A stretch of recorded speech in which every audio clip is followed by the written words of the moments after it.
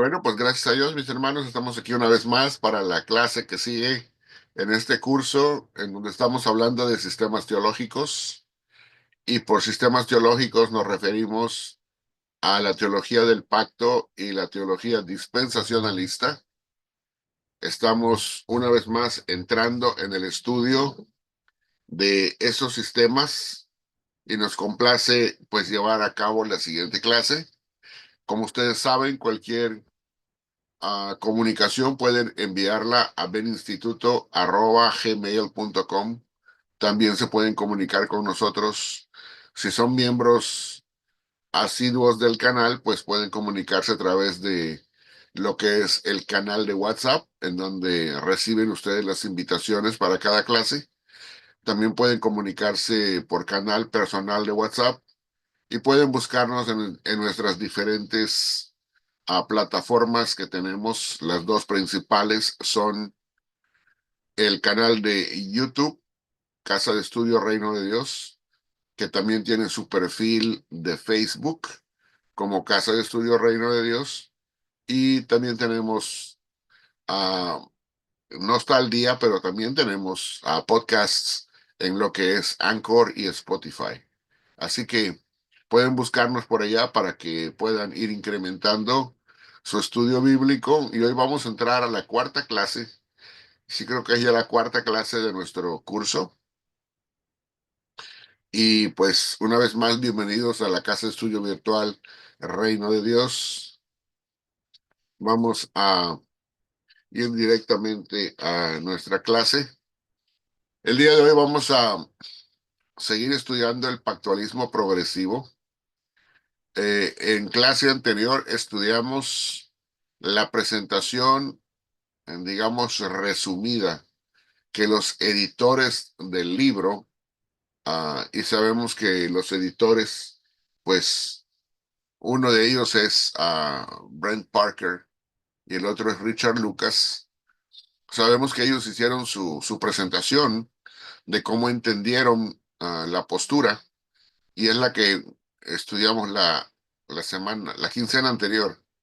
El día de hoy vamos a llevar a cabo parte de la presentación que hace ya el expositor dentro del libro. Y el expositor de esta postura es Stephen Wellum. Por eso dice el pactualismo progresivo según Stephen Wellum. Quiero decirles que esta va a ser la primera clase porque no alcanza a cubrir todo el material que Stephen Wellum presenta en su exposición en una sola clase de las que nosotros cubrimos. Así que hoy vamos a ver la primera parte y luego en la siguiente clase vamos a ver la segunda parte. Y después de eso vamos a entrar a estudiar lo que es el dispensacionalismo progresivo y también vamos a llevar a cabo la misma secuencia. Vamos a presentar el breve resumen o el resumen ah, abreviado que los editores Parker y Lucas presentan en su libro y luego vamos a entrar a la postura expuesta ya por el expositor mismo, que en este caso sería Darrell Buck. Y vamos también a verlo de una forma detallada, yendo despacio para poder ver los detalles de cada sistema, en dónde son iguales, en dónde son diferentes con cada una de las posturas tradicionales, que esas ya las cubrimos y no las vamos a cubrir más en detalle porque ya son muy conocidas y hay muchos libros en donde se puede ir investigando todo eso. En cambio del pactualismo progresivo y de lo que es dispensacionalismo progresivo, no hay tanto material en español.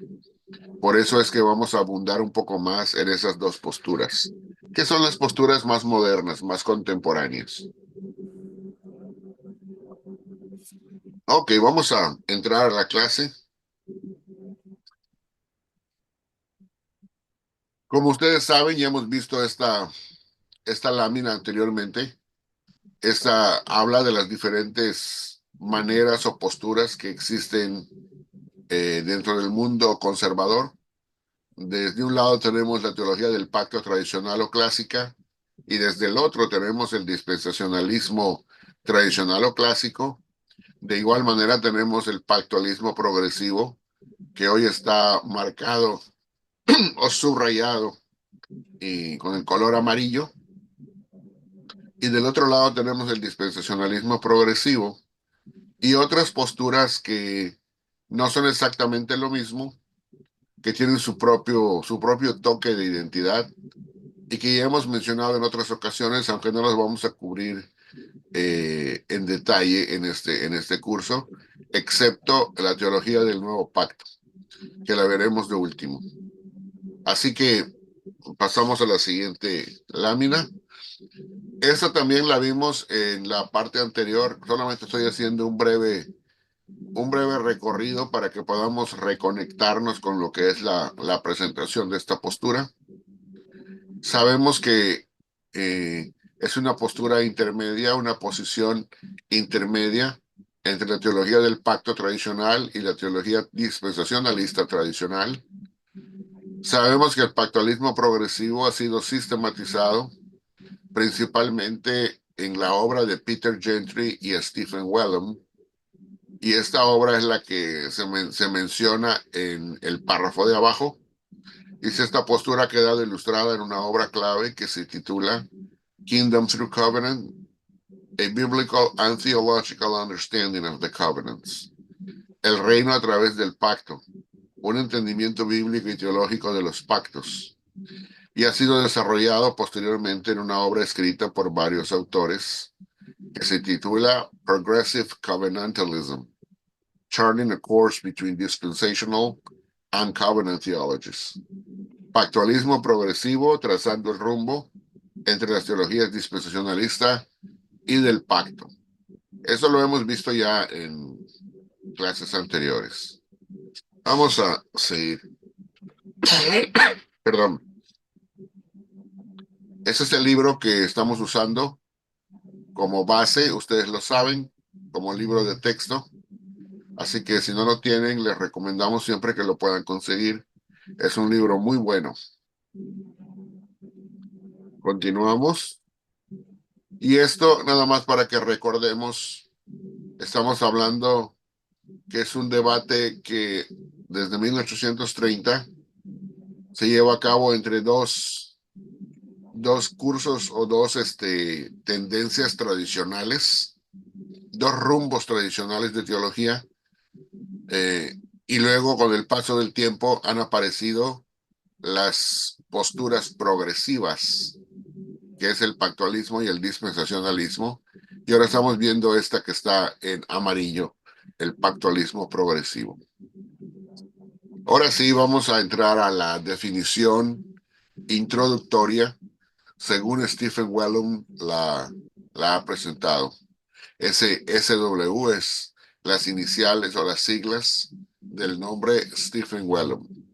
Vamos a la parte primera. Dice, en la definición introductoria, el pactualismo progresivo sostiene que la Biblia presenta una pluralidad de pactos que se revelan progresivamente el único plan redentor de nuestro Dios Trino para su único pueblo, el cual plan tiene un cumplimiento. Y esta palabra es una palabra griega que es telos, que es cumplimiento, y término. Esta palabra telos tiene dos básicos significados. De una mejor manera puesto, significaría finalidad y culminación al mismo tiempo. También se puede traducir cumplimiento y también se puede traducir como fin, en el sentido de que llega hasta un punto, llega a un término, que como que tiene un límite, ¿verdad? Entonces, pero se traduce de una mejor manera como finalidad y culminación en Cristo y en el nuevo pacto. O sea que aquí estamos hablando de un desarrollo plural de pactos que progresivamente van desenvolviéndose uno con el otro, llevando a cabo un único plan. Esto es diferente al dispensacionalismo tradicional, porque el dispensacionalismo tradicional, Dios tiene dos planes, uno para Israel y uno para la iglesia. Aquí no. Es un único plan. Y luego aquí también es un único pueblo, cosa que en el dispensacionalismo tradicional es diferente porque hay dos pueblos, un pueblo celestial y un pueblo terrenal. Y cada plan va obviamente de acuerdo con un pueblo de los que hemos mencionado. El plan celestial iría con la iglesia y el plan terrenal iría con Israel. Eso desde el dispensacionalismo clásico o tradicional. Entonces aquí vemos que es diferente a ese sistema dispensacionalista. Dice, el cual plan, o sea, el cual único plan, tiene un cumplimiento telos y término en Cristo y en el nuevo pacto. Ok, luego dice, cada pacto bíblico contribuye al plan unificado de Dios. O sea que conforme se va desenvolviendo cada plan, acumulativamente va contribuyendo a lo que se ha dicho anteriormente y contribuye al plan unificado de Dios en toda la Biblia, en toda la Escritura. Seguimos, dice, para poder abarcar todo el consejo de Dios, como lo platicaba Pablo en el libro de Hechos 20:27, debemos comprender cada pacto en su propio contexto. Eso es algo muy particular de lo que presenta el pactualismo progresivo y no solamente sugiere, sino que requiere a todo lector que cuando lea sobre un pacto bíblico, que lo vea en su propio contexto, ubicando ese pacto en relación con lo que le precede y con lo que lo sucede o con lo que le sigue. ¿Qué significa eso? Significa que en pocas palabras, significa que usted va a analizar en su propio contexto literario a ese pacto y va a ver cuál es el pacto anterior, si es que existe uno, y en qué sentido ese pacto está haciendo avanzar al pacto anterior, y en qué sentido va a haber otro pacto después del que usted está estudiando, si es que hay uno, y en qué forma el siguiente pacto hace avanzar el pacto mismo que usted está estudiando bajo ese contexto. O sea, lo estudia como pacto propio y luego ve cómo es que funciona en relación con el pacto anterior, si es que lo hay, y con el pacto posterior, si es que lo hay. Entonces, por eso es que es un estudio progresivo de los pactos. Luego vamos y sí, dice así, gracias a la progresión de los pactos, acá lo vuelve a mencionar, pues que por eso se llama pactualismo progresivo. Gracias a la progresión de los pactos, podemos llegar a conocer el plan glorioso de Dios. Es decir, ¿en qué consiste este plan glorioso? En cómo se cumplen todas las promesas divinas en Cristo.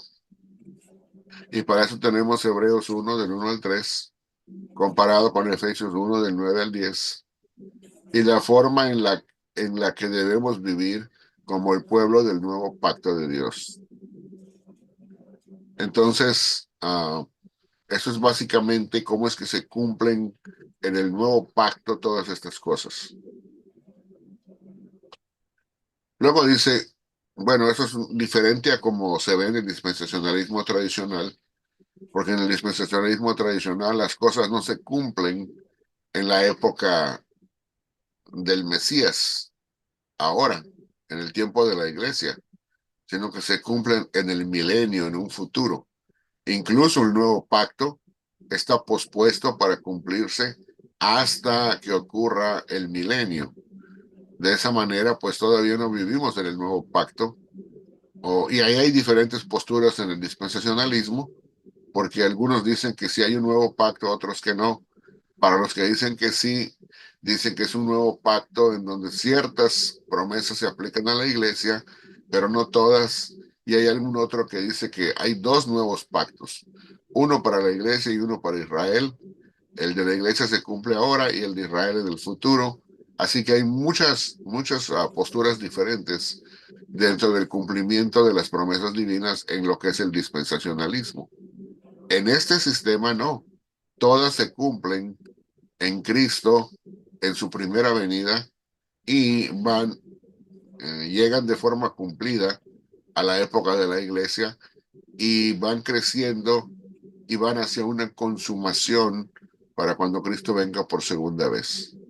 O sea que todo lo que no se ha cumplido o se ha cumplido en forma parcial con la primera venida de Cristo, se cumplirá en una forma plena y total cuando Él venga por segunda vez. Es lo que quiere decir esta progresión de pactos. Ok, seguimos. Estos pactos son más que solo un tema unificador de las escrituras, pues constituyen la base de todo el hilo argumental de las mismas. Es la realidad relacional que hace avanzar la historia según el diseño y el plan de Dios para la humanidad y para toda la creación. O sea que es más que solamente un esqueleto, es la realidad relacional, o sea, la realidad en la relación entre Dios y su pueblo, en la historia terrenal, que hace avanzar esta historia según el diseño y el plan de Dios. Y no solamente para la humanidad que está viviendo la historia con Dios, sino para toda la creación. Seguimos. Vamos a ver aquí la continuación. Dice, los pactos bíblicos, acá tenemos a Stephen Wellum, ¿verdad? Los pactos bíblicos no se dividen en dos pactos.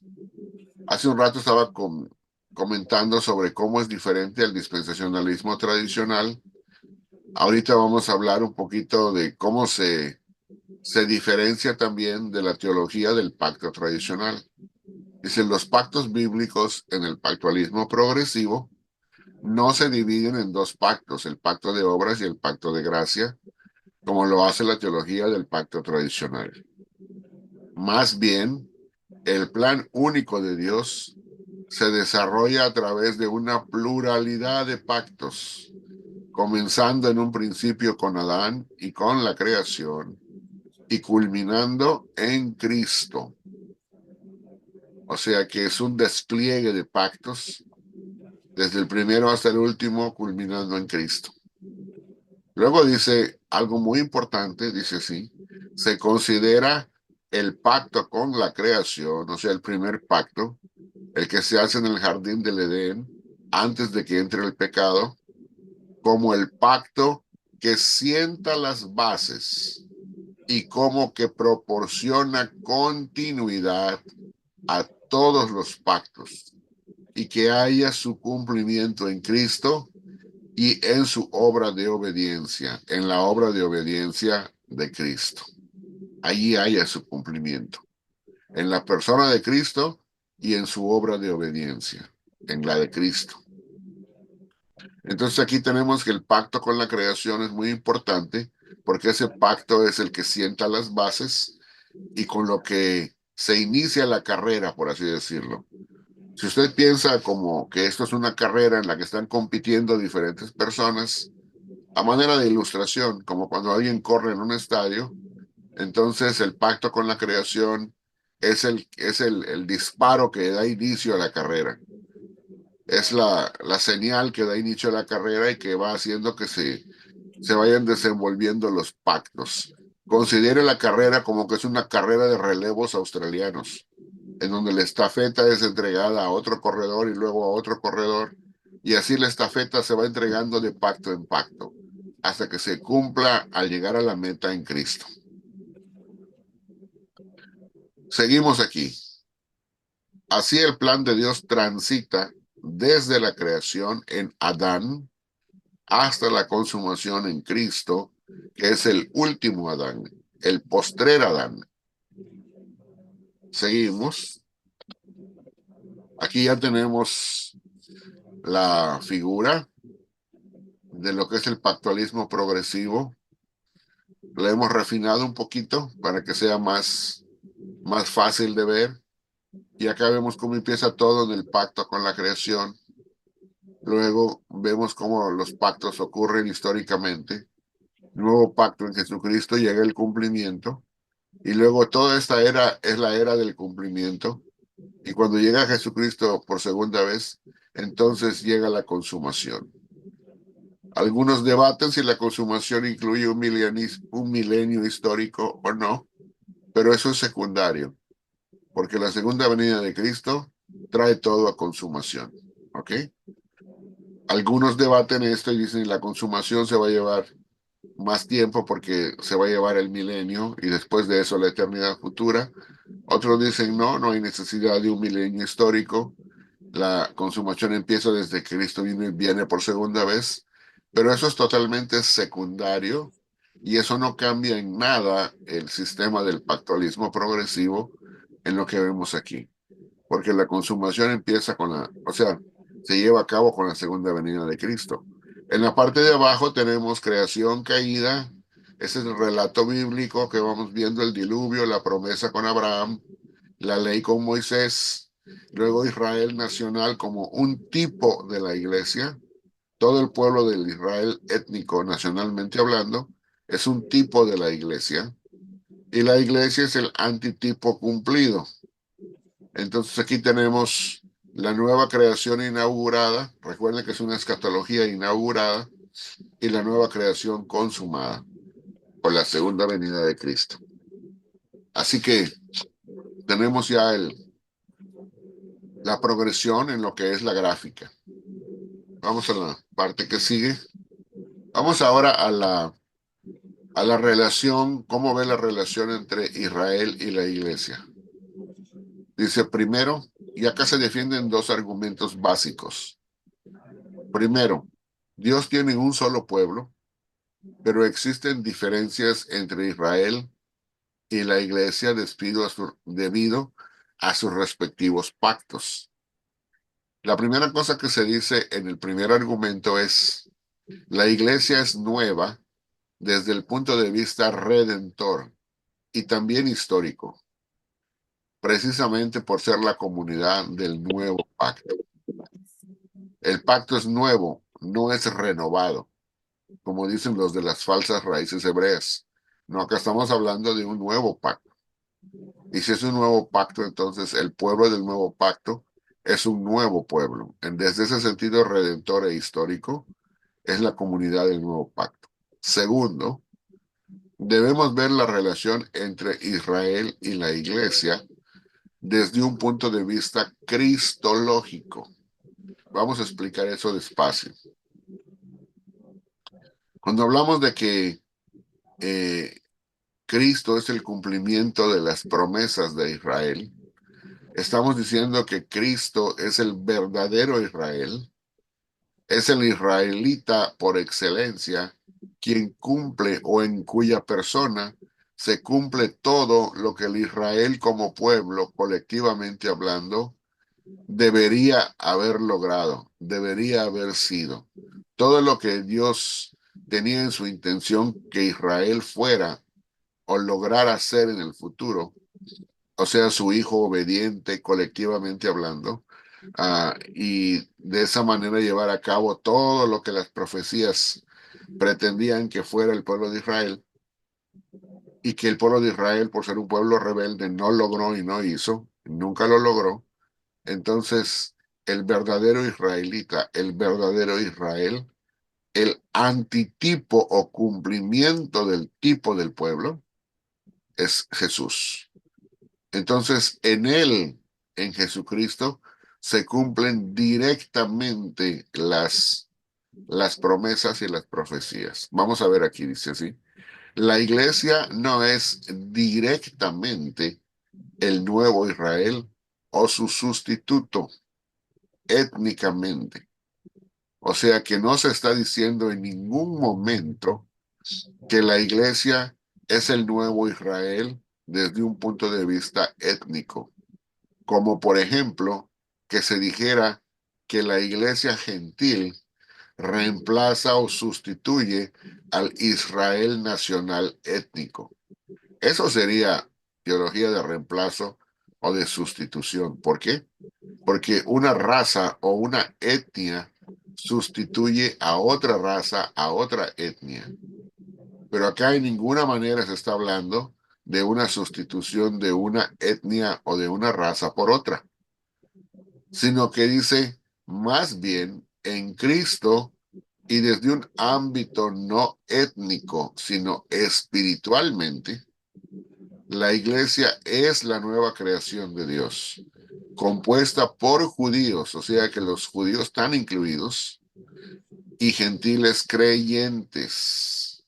No se aceptan personas que no sean no creyentes dentro de la iglesia, por definición, porque Jesús es el último Adán. Él, su persona, es el verdadero Israel y también es la simiente fiel de Abraham, por lo cual la iglesia ha heredado, y aquí debo de añadir, solamente indirectamente, no directamente, porque directamente es Jesucristo. Pero al nosotros por fe estar en Cristo, entonces de una manera derivada y de una manera indirecta, la iglesia también ha heredado las promesas gracias a la obra obediente de Jesucristo. O sea que nosotros no directamente como iglesia somos el nuevo Israel, sino solamente en forma indirecta. Por estar en Cristo, Cristo es el verdadero Israel. Cristo es el que sustituye o reemplaza el tipo, pero solamente en el sentido de que lo cumple espiritualmente. Eso no significa que está desplazando a un pueblo y como que le está diciendo, tú ya no tienes más participación en ningún sentido. No es así, porque vemos que la misma iglesia tiene una base judía. Todos los apóstoles eran judíos. Y después de que los apóstoles fueron incluidos en lo que es la iglesia, vemos que siguen entrando judíos en diferentes partes, incluso de la diáspora. A través de la lectura del libro de los Hechos, podemos ver todo eso, y aún de las epístolas de Pablo, en donde habían congregaciones que eran mixtas de judíos y de gentiles. Entonces, en ningún sentido, cuando hablamos de que la iglesia es la heredera indirecta de las promesas, estamos diciendo de que por raza, por ser gentiles, desplazamos al pueblo étnico de Israel. No, eso sería una raza por otra. Y acá no estamos hablando de una raza por otra. Estamos hablando de incluir ambas razas en un nuevo pueblo espiritual. ¿Ok? Entonces seguimos. Dice así. Vamos a seguir con el segundo argumento. Dice, debemos ver la relación entre Israel y la iglesia desde un punto de vista cristológico. Continuación, dice así. De esta manera, en unión con Cristo y solamente en unión con Cristo, la iglesia es el pueblo del nuevo pacto de Dios en continuidad con los escogidos de todas las épocas. ¿Cuáles épocas? Las anteriores, las épocas del Antiguo Testamento. Pero diferente a Israel, o sea, diferente al Israel étnico en su naturaleza y estructura. Dice, esta forma de interpretar la relación entre Israel, Cristo y la Iglesia difiere del dispensacionalismo tradicional y también difiere de la teología del pacto tradicional en dos áreas diferentes. Vamos a ver cuáles son.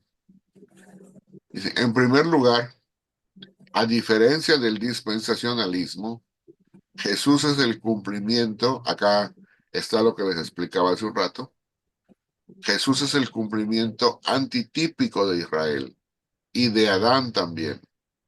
Y en él, o sea, en Jesús, todas las promesas de Dios se cumplirán para su pueblo, incluyendo la promesa de la tierra que se realizará o se consumará en la nueva creación. O sea, acá podemos ver esto si leemos Romanos 4:13, Efesios 6:3, Hebreos 11:10 y 16, en comparación con Mateo 5:5. Entonces, aquí, a diferencia del dispensacionalismo, no hay promesa de la tierra que todavía territorialmente tenga que cumplirse en el Israel étnico, sino que esa promesa que era el tipo se cumplirá en todo el mundo todo el mundo es el cumplimiento de lo que es nada más el tipo de la tierra de Canaán.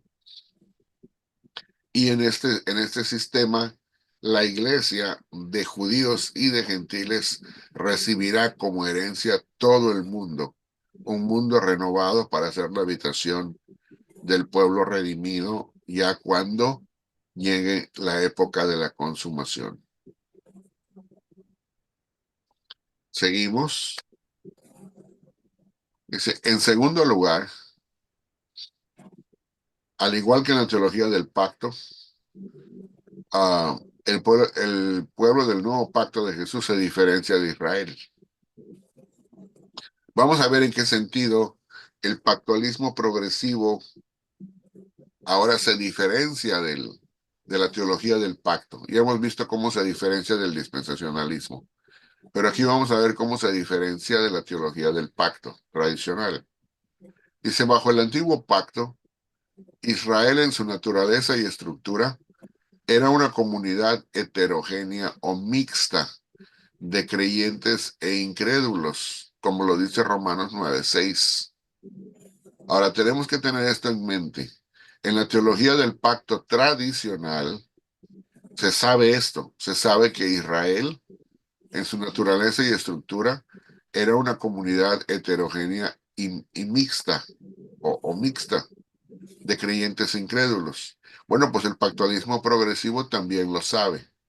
Esa no es el área de diferencia. El área de diferencia es en lo que viene.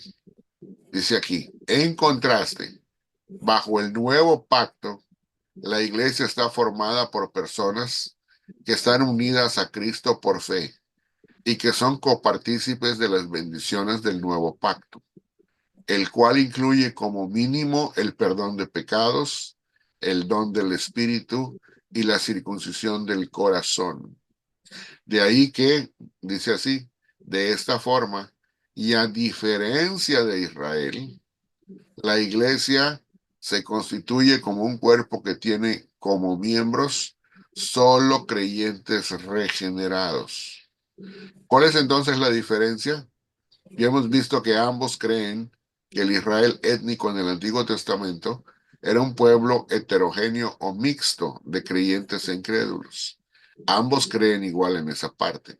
Pero cuando llegamos al nuevo pacto, el problema está en que la teología del pacto tradicional sigue de igual manera creyendo que la iglesia del nuevo pacto es una comunidad heterogénea y mixta.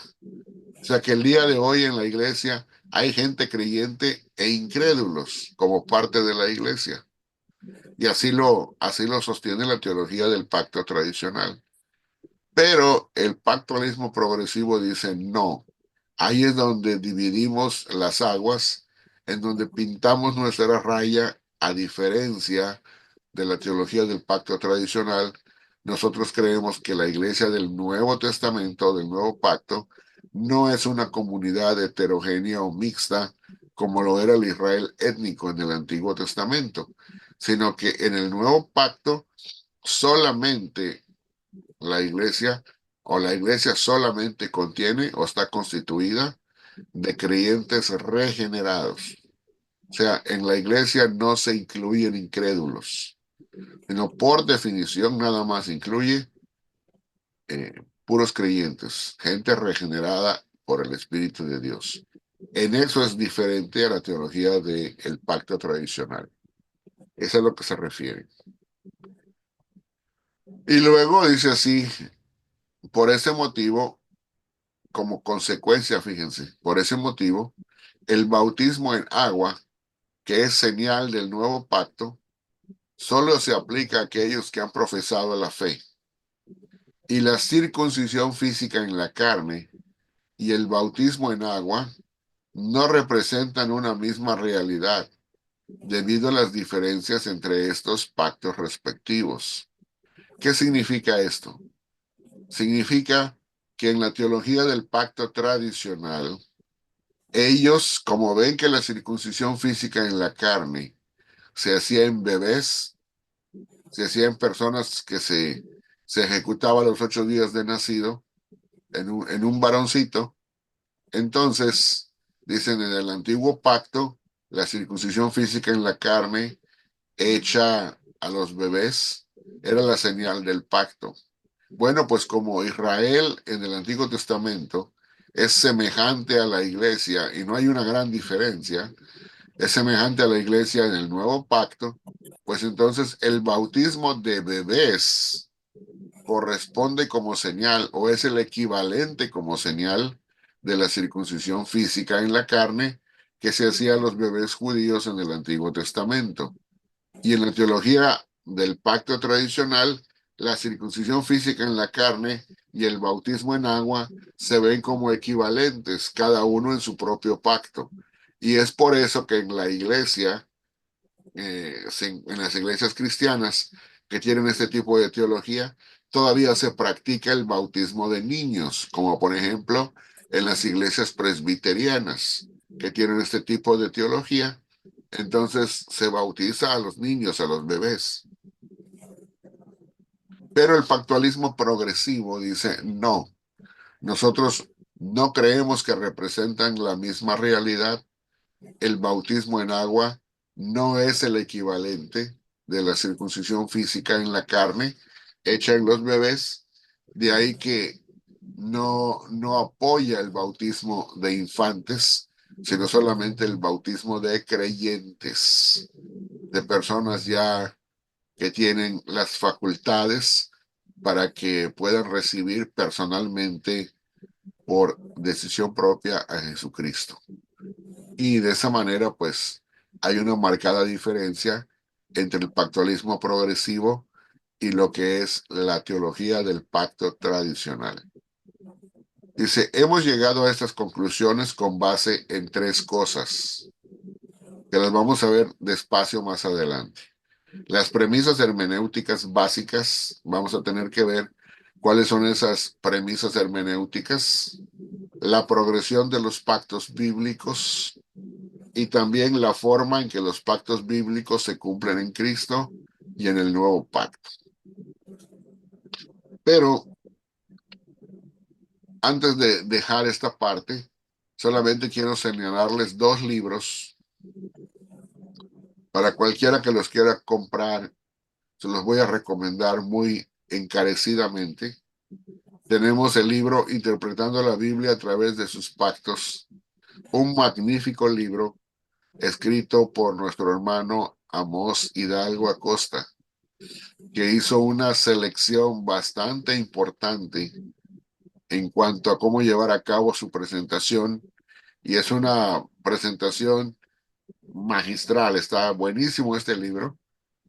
Y él ha logrado hacer lo que muchas personas les ha llevado muchos años hacer, ¿verdad? Pero él lo ha hecho en un tiempo relativamente corto y ha logrado presentar el desenvolvimiento de los pactos bíblicos en este libro, que no es un libro gruesísimo ni nada, es un libro hasta cierto punto sencillo y relativamente no muy grueso, pero el contenido está muy bueno, tiene una progresión de explicación especial, muy buena, se lo recomiendo. Lo publicó en el 2023 bajo los auspicios de nuestro canal. Nosotros colaboramos con él para ayudarlo a publicarlo. Y también tenemos aquí otro libro. Este libro lo escribió el erudito Thomas Schreiner y el libro se llama El Pacto. La quincena anterior lo había yo este, mencionado y lo había yo recomendado, pero lo encontré en inglés primeramente. Pero después de buscarlo lo encontré que está en español, está traducido al español y yo lo tengo aquí, miren. Ya lo conseguí, ya lo leí. Está muy bueno. Y es el pactualismo progresivo, ambos, pero son dos libros muy accesibles y de fácil lectura. Así como hay libros académicos que es un poco complicado leerlos, estos dos que están aquí, ¿no? Hablan del mismo tema, pero desde un punto de vista muy sencillo, muy accesible. Y el de Thomas Schreiner lo publicó en el 2024, o sea que apenas acaba de salir, y se llama El pacto y el propósito de Dios para el mundo. Los dos son lectura, por así decirlo, obligatoria para poder entender los pactos de Dios. Y después de eso, entonces vamos a las preguntas. Dice así, ¿cuál dirían ustedes que es el enfoque principal de esta definición introductoria? ¿Cuál dirían ustedes que es el enfoque principal de esta definición introductoria? ¿Y cuál sería el argumento teológico más fuerte de Stephen Wellum? ¿Cuál sería el argumento teológico más fuerte de Stephen Wellum? Y el enfoque principal de esta definición introductoria. Vamos a dejar de compartir y vamos a regresar para ver qué podemos abundar sobre esto. A ver, mis hermanos, soy todo oído.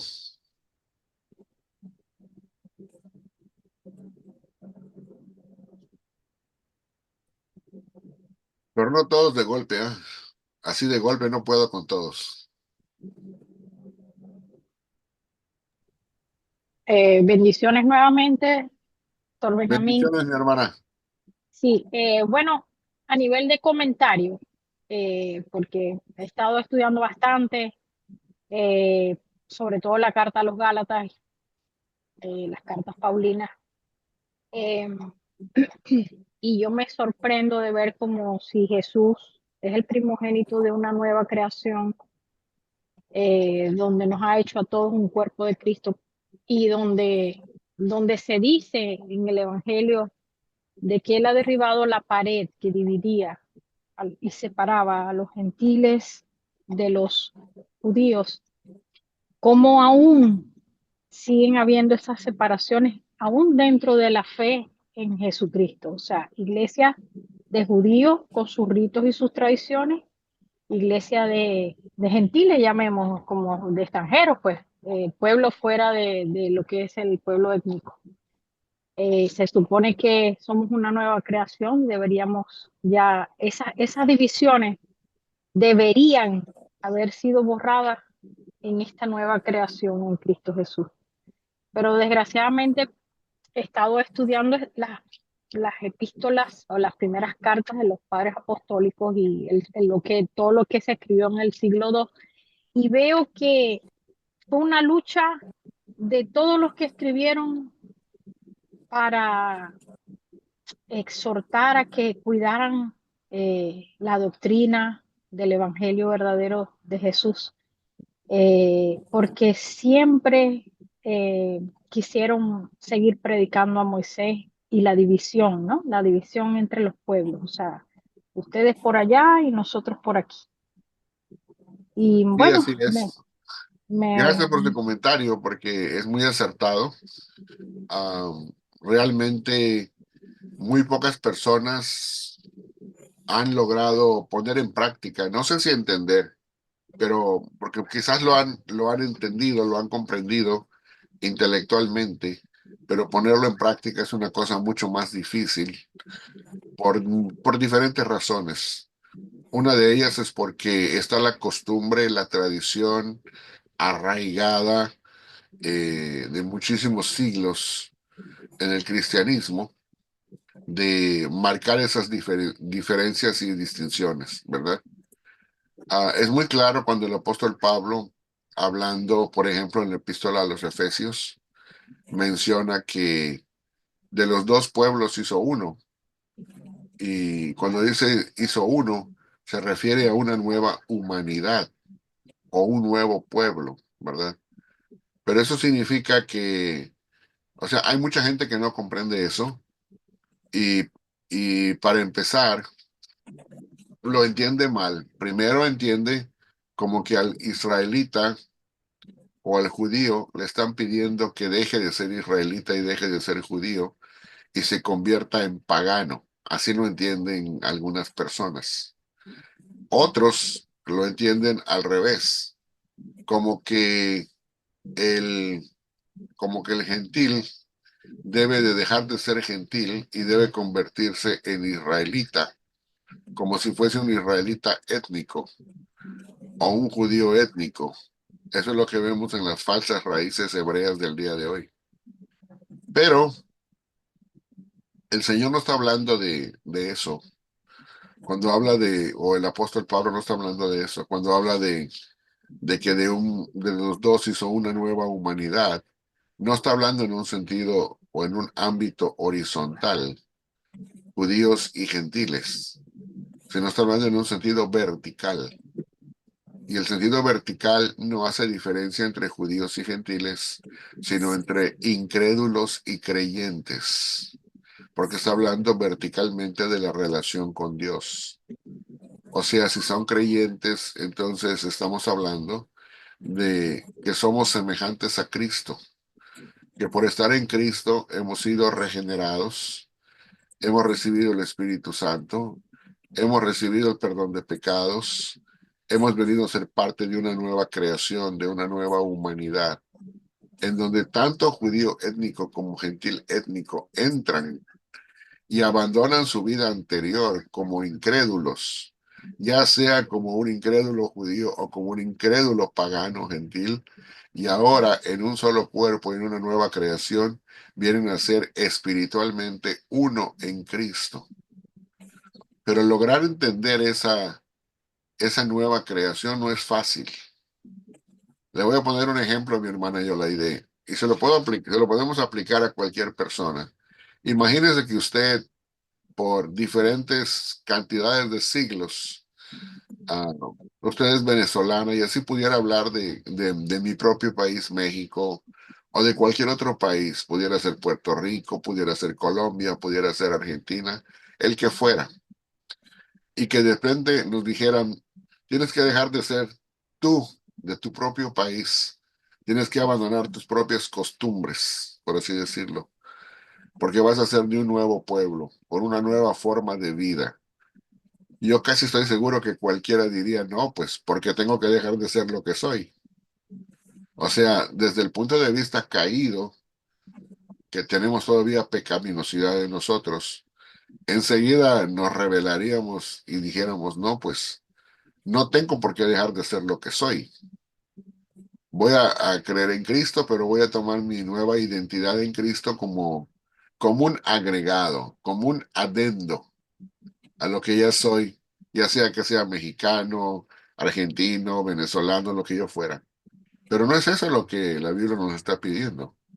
Nuestra identidad cristiana no es un adendo, no es una envoltura con la que vamos como si fuésemos un regalo que está siendo envuelto, ¿verdad? Y que esa envoltura es el cristianismo. No, Cristo, Cristo no es Cristo viniendo a estar en nosotros, somos nosotros siendo injertados en Cristo. Entonces eso significa de que Cristo es la savia, es la esencia de nuestra vida.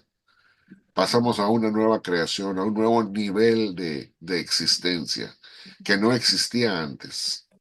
Estamos hablando de la eternidad, que desde la futura eternidad ha sido traída e insertada dentro del tiempo histórico a través de la resurrección de Jesucristo. Y nosotros hemos sido ya transportados a esa eternidad por el mero hecho de estar en el Espíritu en Cristo, por la fe. Entonces, por eso el Jesús decía, no son de este mundo, aunque todavía viven en él. Entonces tenemos que tener conciencia de nuestra nueva identidad como pueblo de Dios. Lo voy a dejar hasta ahí, ¿ok? Excelente, pastor. Me hizo recordar las palabras de Pablo cuando Pablo se identifica y dice, no soy apóstol, no he visto yo o no tuve esa revelación con Cristo, y empieza a mencionar su gentilicio, porque si hay alguien que se identifica como hebreo, ese es Pablo. Ajá, De los demás apóstoles, nosotros asumimos que son 12 representantes de las tribus de Israel, pero de los 12 apóstoles se dicen que eran galileos, uno de Bethsaida, pero nunca se identifican las tribus. Sin embargo, Pablo dice, yo soy de la tribu de Benjamín, hebreo de hebreos, fariseo, y todo esto lo he dejado, lo he tenido por basura, porque él dice que su ciudadanía ya no es esta terrenal, o sea, él dejó su gentilicio como judío porque su ciudadanía empezó a ser del reino celestial. Y ese es el ejemplo que todos nosotros, seamos judíos o gentiles, hablando étnicamente, debemos sentir al llegar a Cristo, porque ciertamente lo que usted dijo es la verdad más grande que podemos encontrar. El verdadero Israel es Jesús. Él es el tronco, la raíz de Isaí, de cuya savia se alimentan tanto las ramas naturales como las ramas silvestres. Entonces nos injertamos al árbol verdadero que es Jesús. Entonces, gracias, pastor, bendiciones. Y así es. Entonces, es triste que muchos de nosotros que nos decimos y nos llamamos cristianos, a veces no hemos entendido esa parte. Y a veces, aún como mismos, ya no estamos hablando, digamos, en conflicto con gente que fuera judía, verdaderamente, sino aún entre mismos gentiles cristianos, o sea que cristianos que venimos de diferentes países y de trasfondo gentil, que estamos en una misma congregación y empezamos a sacar nuestro nacionalismo y empezamos a pelearnos y a decir cuál país es mejor que otro, ¿verdad? Y por ejemplo, es como que dijeran, no, pues Colombia que fuera mejor que Panamá o Panamá que fuera superior a Costa Rica y así empezar a pelearse unos con otros, que mi país es mejor que el tuyo porque yo tengo esto y tengo aquello.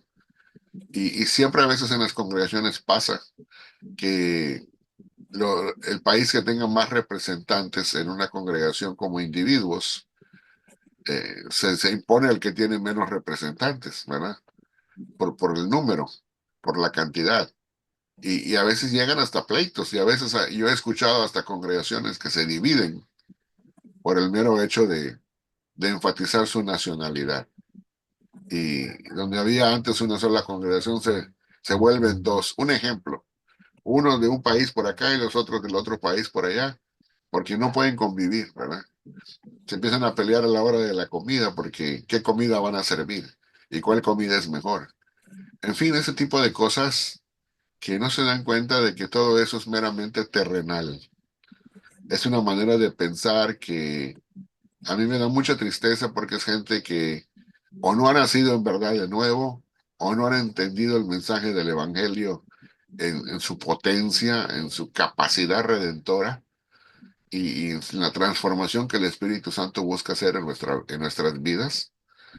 O yo no sé qué está pasando, ¿verdad? Pero ese tipo de reacción no es un tipo de reacción del Espíritu Santo, obrando en la vida de la gente.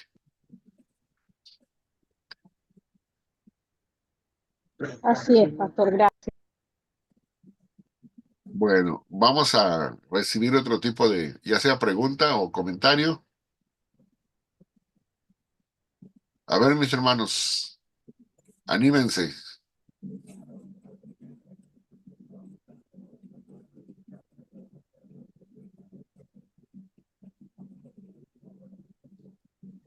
Benjamín, Sí, adelante, Gustavo, y después Melvin.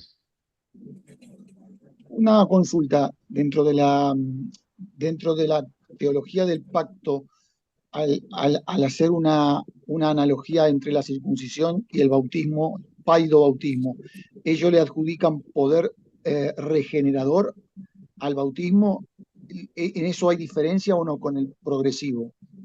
No sé si Bueno, entiende la pregunta. Ujú. sí, hay diferencia primero en cuanto a que el progresivo no cree en el paidobautismo. El paidobautismo es el bautismo de infantes, ¿verdad?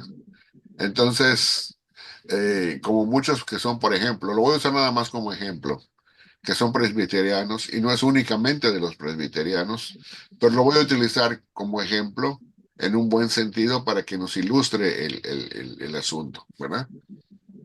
Ellos, los presbiterianos, no estoy muy al día en cuanto a toda la profundidad de lo que creen, pero desde donde yo he leído la teología del pacto, ah, un decir, cuando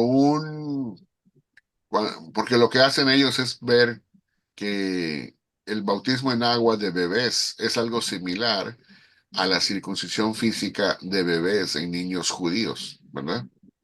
Correcto. Entonces lo ven como si fuese uno de un pacto y el otro del otro, pero como equivalentes, como que llevan a cabo la misma función en cada uno de sus pactos respectivos. Pero la pregunta que los de la teología del pacto tradicional se hacen es la siguiente. Cuando, cuando un bebé judío es circuncidado físicamente, esa circuncisión física transforma a ese bebé en creyente. ¿Cuál sería tu respuesta? No, para nada. No, para nada, ¿no? Entonces, lo mismo el bautismo de un infante en una congregación, digamos, presbiteriana. Lo van a bautizar como señal que es parte del pacto, que es parte del grupo, pero eso no significa de que se vuelve creyente. Tampoco significa que están perdonando sus pecados. Es nada más como una señal para incluirlo dentro del pacto, como beneficiario del pueblo del pacto. Exacto, Como exacto. que hay ciertas bendiciones que ese bebé va a recibir por estar dentro de la iglesia, pero no significa que porque esté dentro de la iglesia como comunidad, que sea parte de la iglesia creyente, sino que es como parte de una iglesia en general, ¿verdad? Ahora, Y en ese caso, el ajá, y el pactualismo progresivo. progresivo es diferente. Te va a decir, eso no puede ocurrir porque no hay tal similitud de bautismo en agua con circuncisión física.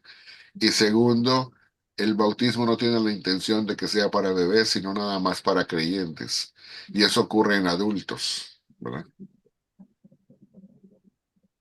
Claro, claro, claro. Y por lo que había, y por lo que estuve escuchando, eh, es, es una señal eh, exterior o pública de una regeneración interior, sería Así es. para gente. Ajá. En el pactualismo progresivo así funciona. Claro, Por claro. ejemplo, hasta donde yo sé, y si hay algún presbiteriano, no tengo la intención de faltarle al respeto en ningún sentido. Y si hubiera y nos quiere ilustrar para que nos diga cómo es que verdaderamente lo practican ellos en su congregación, es bienvenido. Pero hasta donde yo entiendo, por ejemplo, yo tengo familiares que son presbiterianos desde hace muchísimo tiempo. Y voy a decir nada más lo que yo he experimentado viviendo con ellos, ¿verdad? Cuando vivía en México. Me acuerdo cuando estaba pequeño que ellos bautizaban a sus niños y más adelante cuando esos niños ya crecían y recibían a Cristo como creyentes. Ya después de que recibieran niños como, los niños recibían a Cristo ya como creyentes adultos, lo único que se hacía en la congregación es que ellos pasaban a testificar delante de la congregación que ya eran creyentes, daban su testimonio de haber recibido a Cristo. Pero ya no nos bautizaban, porque ya estaban bautizados desde pequeños. Claro, pero eso invertiría el orden bíblico que está claramente expuesto cuando dice arrepiéntense y bautícense. Así Acá, es. acá primero se bautizarían y después se arrepentirían. Ajá. Sí, Entonces, bueno, esa es una de las inconsistencias teológicas que encuentras. perfecto, clarísimo. Muchísimas Ujú. gracias, ¿eh? ¿Cómo no? Ahora sí, Melvin Palma, ¿dónde está? Por Aquí, mi acá. hermano, bendiciones, ¿cómo está? Muy bien, Excelente, gracias. excelente primera parte, mi hermano.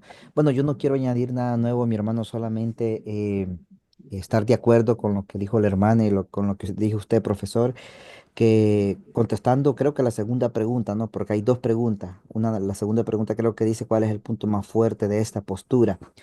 Personalmente creo según esta exposición, mi hermano, que el punto más fuerte que tiene esta postura es que creen en un solo pueblo, creen que desde el principio, pues Dios siempre ha querido un solo pueblo, no ha querido que la iglesia sea un pueblo y que el pueblo de Israel sea otro pueblo, dos pueblos. Entonces, y fíjate, mi hermano, que es bastante interesante porque hay varios, una cantidad de versículos que yo conozco un teólogo que abraza bastante esta postura y él nos enseñó varios versículos, mi hermano, al respecto, que Dios siempre quiso tener un solo pueblo, pero bueno, luego sabemos lo que pasó, el rechazo que hubo y bueno, sale la iglesia, ¿no? Pero personalmente, aunque no la abrazo, pues esta postura, pero creo que esta postura ese sería el punto más fuerte, ¿no? Aunque tiene varias ¿Ok? falencias, pero personalmente lo creo, mi hermano, que ese sería el punto más fuerte. No El sé. punto más fuerte que ves. Sí, Ok. o sea, de que no hay dos pueblos. Cristo, Dios nunca quiso dos pueblos, sino que siempre quiso uno, ¿no? Y como Ok, te digo, eso, mi hermano. Muchas gracias. cómo no, gracias a ti. Y sí creo que es uno de los puntos fuertes que tiene, ¿verdad? Porque el decir que Dios tiene dos pueblos, como el dispensacionalismo clásico o tradicional lo ha dicho, pues para mí no tiene asidero bíblico. Puedes estar busque y busque y busque, pero no llegas a ello a través de una teología bíblica, sino solamente a través de un estudio muy deductivo de la Biblia y no inductivo, ¿verdad? Entonces, o sea, por estar pegando textos de un lado y de otro sin analizar el contexto verdaderamente en detalle, puede uno llegar a decir, no, Dios tiene dos pueblos, ¿verdad? Pero cuando uno sigue la trama bíblica en su contexto histórico, no puede llegar a esa conclusión. Bueno, ese es mi punto de vista particular, respeto a los demás, ¿verdad? ¿Alguien más gusta preguntar o elaborar?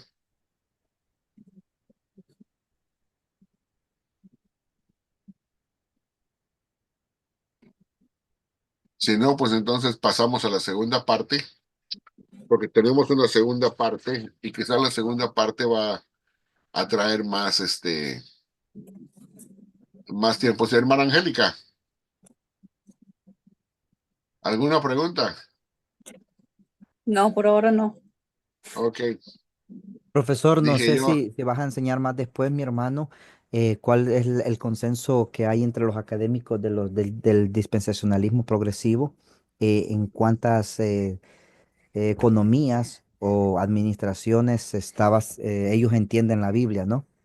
Porque sí, creo que ahorita sí, como estaba mencionando al mero principio de la clase, no sé si lo escuchaste, pero ahorita estamos analizando la postura que Stephen Wellum propone en el libro que estamos usando como libro de texto.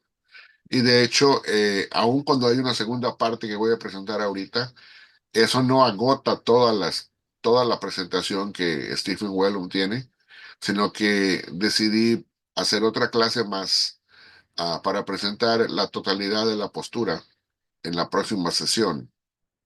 Y después de eso, entonces voy a darle también tres sesiones, por lo menos, a lo que es la presentación del dispensacionalismo progresivo, para que lo podamos ver en detalle también. Primero la presentación que hacen los editores del libro, que es Brent Parker y Richard Lucas, y después dos clases para hablar de lo que es el dispensacionalismo progresivo, ya según la postura y la presentación del teólogo Darrell Buck, que es el que está representando esa postura en el libro, para que entonces podamos tener un curso balanceado. Si le dimos tres clases al pactualismo progresivo, le daremos tres clases también a lo que es el dispensacionalismo progresivo. Y ahí vamos a tocar todos los puntos del dispensacionalismo progresivo. perfecto, mi hermano, genial. Te digo porque recién me enteré de que uno de los institutos que era acérrimo defensores de 7 dispensaciones es el Instituto Teológico de Dallas. Ya ellos han anunciado, mi hermano, que ya solamente creen en tres y están enseñando tres. Eh, Ah, y digo yo, oye, si esto, o sea, imagínate un instituto que creía en 7, ahora solamente, pues, en los últimos años, pues, ya solamente abrazan 3, ¿no? sí, Interesante, ¿no?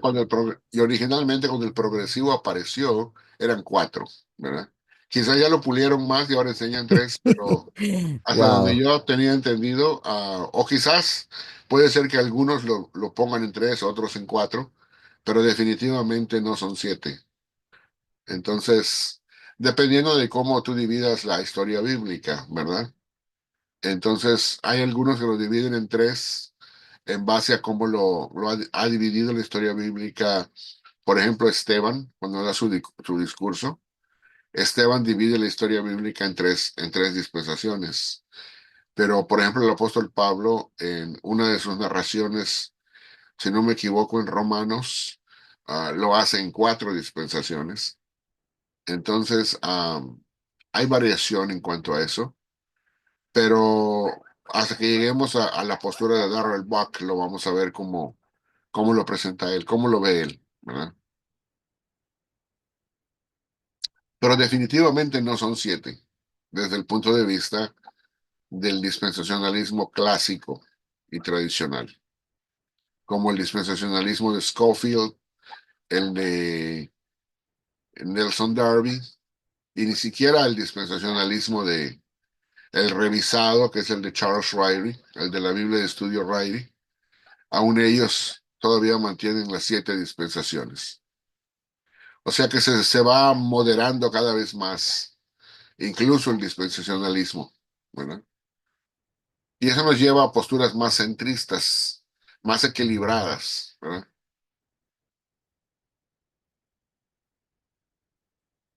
De hecho, si uno pudiera ser pactualista progresivo y el otro es dispensacionalista progresivo, hay mucha más hermandad y afinidad en los puntos de vista que en los anteriores, porque tú eres de la teología del pacto tradicional o del dispensacionalismo tradicionalista. Son dos corrientes totalmente opuestas una a la otra. Y ya en las partes progresivas hay mucha más afinidad, ¿verdad? Se mira la Biblia mucho más cercanamente entre ambas posturas.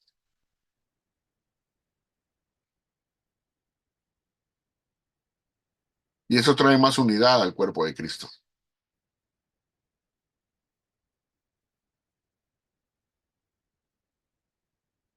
¿Alguien más? ¿Alguna pregunta más? Si no, pasamos a la segunda parte. Bueno, vamos entonces a ella.